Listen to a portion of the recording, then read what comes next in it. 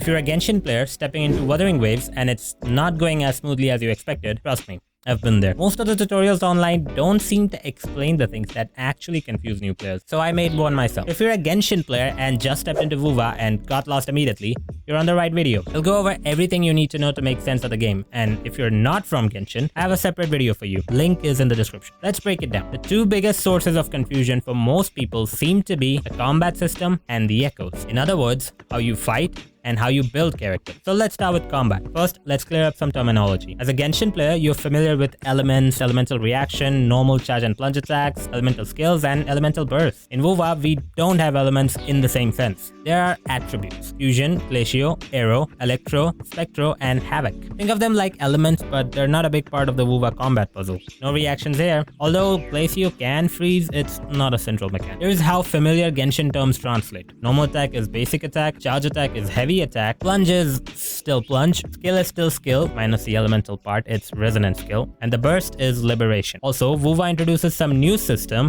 Concerto Energy, Forte, Echo, intro skill, and outro skill. At the bottom of the screen, that little circle you can see, it is the Concerto Energy, and above your HP is the Forte bar. Concerto Energy builds up as you deal any kind of damage. Basic attacks, skills, echoes, liberations, whatever. Once it's full, your on-field character can trigger their outro skill when swapped out. What outro skills do vary per character. Like in this case, Shorekeeper, this character, has an outro skill that buffs the on-field character for 30 seconds. That buff will activate as soon as we swap to another character with full Concerto Energy. That's the outro skill. Now the character you swap into with full Concerto will activate their intro skill. This again varies from character to character. Camellia, for instance, deals a chunk of damage. Making use of Concerto Energy is a big part of WoWa's combat mechanic, where you have to time your rotations right to stack buffs before swapping to your DPS. Next up is the 4-day bar, which is even more character specific. Each character has a unique 4-day system with different ways to charge and use it. For example, my main DPS Camellia gains Forte from her intro skill. So you'll have to swap to Camellia with full Concerto Energy. What it does, it buffs her damage as you'd expect for a DPS. Shorekeeper builds Forte from general damage, and her Forte allows her to group enemies with a heavy attack, kinda like Kazuha. Skills and liberations work like in Genshin, except you don't need to use skills to charge your liberation. Any and all forms of attack does it. There's also Echo,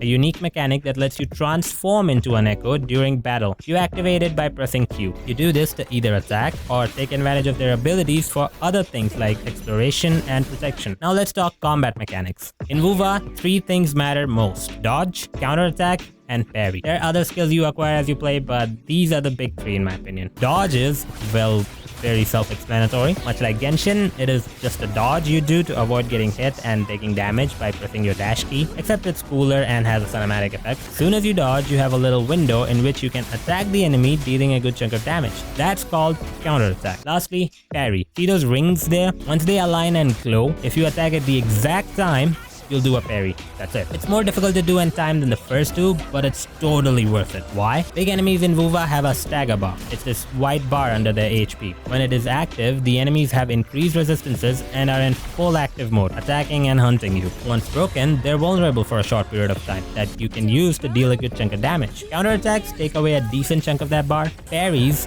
do even better. Other attacks that work are your Forte circuit, intro skills, and liberations.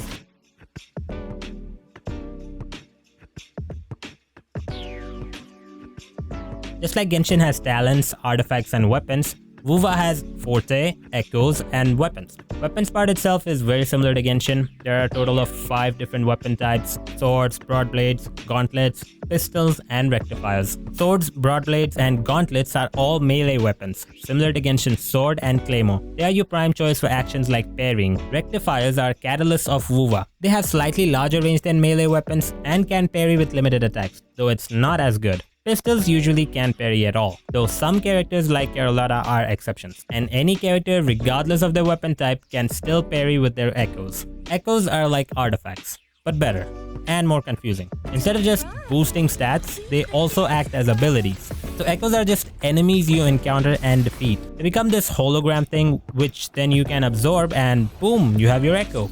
These can be farmed this way without using any wave plates at all. Those are the resins of WoWa, although that sucks, and you have to do it anyway. So everything about echoes comes down to your databank level. What is that?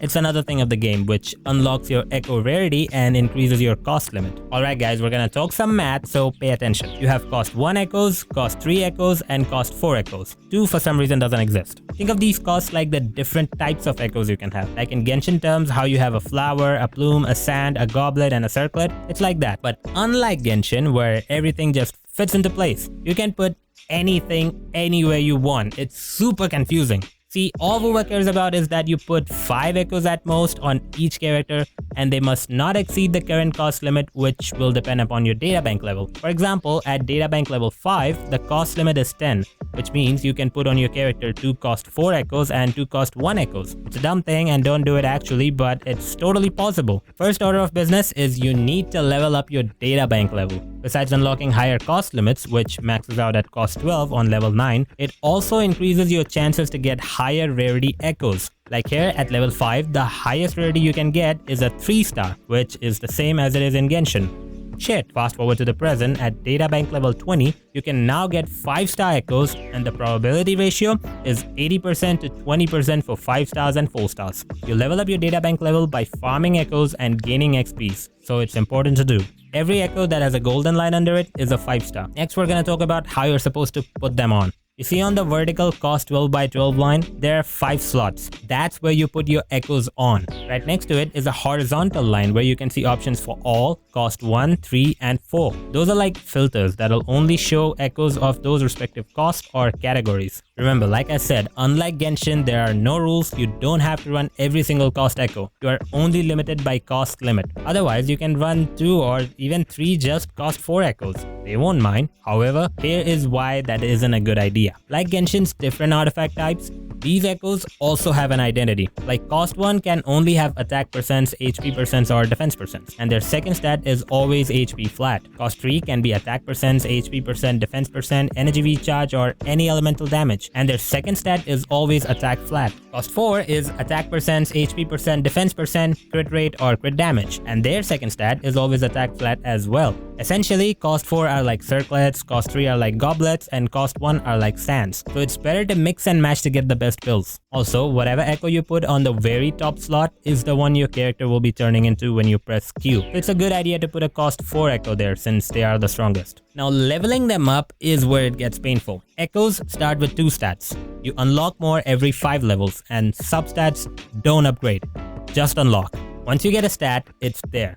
It won't be affected by further rolls. You're just hoping for other good stats to accompany it. Max level is 25 and it costs a fortune. I would recommend giving up on an echo if you don't get any good stats by level 15. Also, you can't feed echoes into each other like Genshin. You'll use upgrade boxes instead, although you can use leveled up echoes if they're particularly bad. After having leveled them up, you go to tuning and use these other special items to unlock your substats. You get both these items when you farm echoes through a tacit field. Those are like domains. You can find the right one with the guide feature. Like Genshin, you have talents or forte for everything your character does, including the Wuva exclusives like intro and outro skills. You can level up most of them to get more damage, except for outro skill. And you have these unlockable attributes as well, which depending upon your characters give them their necessary stats. Like on Camellia here, she gets attack as well as crit damage. Now your priority here is gonna vary from character to character, just like on Genshin. So it's something you'll have to look up for whatever character you happen to be building. Oh yeah, and of course you also have the resonance chain, which is like the constellations on Genshin. And just like on Genshin, they're unlocked via gacha and are pretty strong.